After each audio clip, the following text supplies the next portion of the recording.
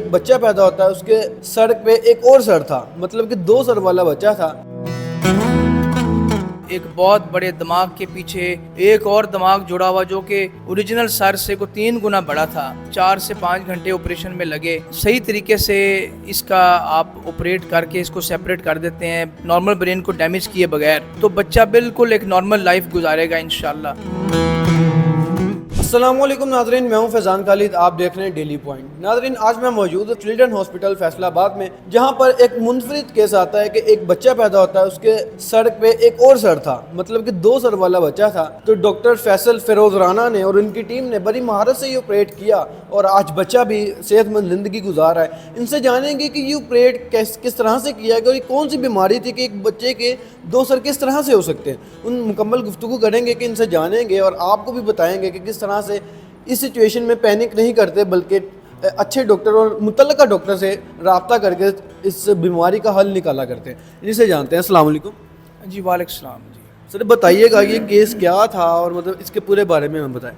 ہاں جی، میرا نام ڈاکٹر فیصل فیروز رانا ہے اور میں ہیڈ آف ڈپارٹمنٹ ہوں، children hospital paediatric neurosurgeon ہوں۔ اور اللہ کے فضل سے ہمارے پاس آپریشن بہت سارے آتے ہیں بچوں کی، جو اس کو ہم پیدائشی نقص کہتے ہیں، ایک قسم کا نا، برتھ ڈیفیکٹڈ چلڈرن۔ یہ ہمارے ملک میں تقریباً 50,000 سے زیادہ پیدا ہو رہے ہیں۔ دیکھیں، جیسے پولیو کے مریض ہیں نا، پولیو کے مریض جو ہوتے ہیں وہ پیدا ٹھیک ہوتے ہیں مگر بعد میں وہ پیرالائز ہو جاتے ہیں۔ یہ بچے پیدائشی طور پہ پیرالائز پیدا ہوتے ہیں، یا ان کی اگر کمر پہ پھوڑا ہو تو ان کی ٹانگیں بھی ٹھیک ہوتی ہیں، مگر آپریٹ ہم کرتے ہیں تو بچہ بالکل ٹھیک ہو جاتا ہے۔ مگر بہت سارے بچے جو بالکل پیرالائز پیدا ہوتے ہیں، تو اس کی جو دیگر اس کی وجوہات میں جو سب سے بڑی وجہ یہ ہے کہ ریپیٹڈ بچے پیدا ہونا، مناسب وقفہ نہ ہونا، عورت کی کمزوری، خوراک اچھی نہ ہونا۔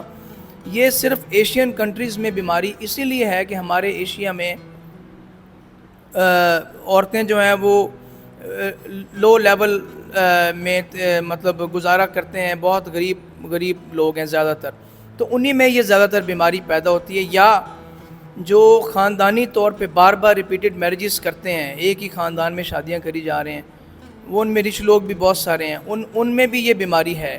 تو یہ جو بچہ ہمارے پاس ایک علیحدہ سے ایک منفرد پریزنٹیشن کے ساتھ ایک بہت بڑے دماغ کے پیچھے ایک اور دماغ جڑا ہوا جو کہ اوریجنل سر سے کو 3 گنا بڑا تھا، تو اس کو اللہ کے فضل سے ہم نے کامیابی سے آپریشن کیا۔ تقریباً 4 سے 5 گھنٹے آپریشن میں لگے اور بچے کو ہم نے اس گورنمنٹ ہسپتال میں فیصل آباد چلڈرن ہاسپٹل کے اندر اللہ کے فضل سے ساری سہولتیں ہمارے پاس ہیں، جس کے ساتھ ہم ان بچوں کو آپریٹ کر رہے ہیں، اور ان کو ایک انتہائی سینسٹیو حساس سرجری میں ہم اچھے رزلٹس دے رہے ہیں کہ بچے خیریت سے اپنے گھر چلے جاتے ہیں۔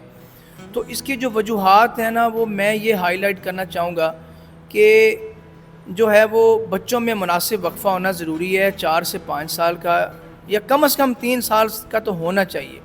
پھر آپ کو اپنا الٹرا ساؤنڈ کسی اچھے الٹرا ساؤنڈ سینٹر سے، ماں کا فیٹل الٹرا ساؤنڈ ہوتا ہے پریگنینسی کے بعد، تاکہ بچے کی گروتھ کا آپ کو پتہ چلے کہ بچے کی گروتھ کیسی ہو رہی ہے، اس میں اگر کوئی ڈیفیکٹ تو نہیں ہے۔ اگر برین پہ کچھ پھوڑا جیسے یہ ہے اور کمر کے اوپر پھوڑا ہے تو اس کا آپ کو بروقت اس کا تدارک کرنا ضروری ہے۔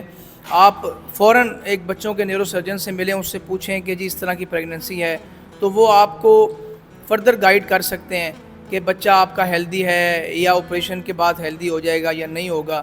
تو یہ مشکل سوالات ہیں، ان کے لیے آپ اور چیزیں میں بتانا چاہ رہا ہوں۔ اس میں جو پیدائشی معذوری کے عمل میں وائٹامن B9 جس کو فولک ایسڈ کہتے ہیں، اور وائٹامن B12، یہ 2 وائٹامنز جو ہیں یہ سبزیوں کے اندر، سبز پتے والی سبزی میں بہت زیادہ ہوتے ہیں۔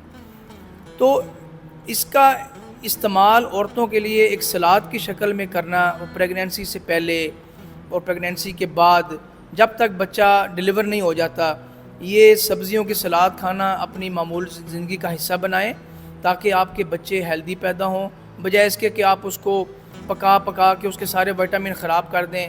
آپ اس کو ایک سلاد کی شکل میں لے سکتے ہیں، جیسے مٹر کے دانے ہیں، آپ دیکھیں پالک ہے، دھنیا ہے، اور اس طرح کی جو گرین ویجیٹیبلز ہیں اس کا استعمال زیادہ کریں. سر یہ بتائیے گا کہ اس بیماری کا آپ کی زبان میں نام کیا ہے, اور دوسرا یہ بتائیے گا کہ آئندہ آنے والے فیوچر میں اس بچے کے لیے کوئی پریشانی تو نہیں ہوگی؟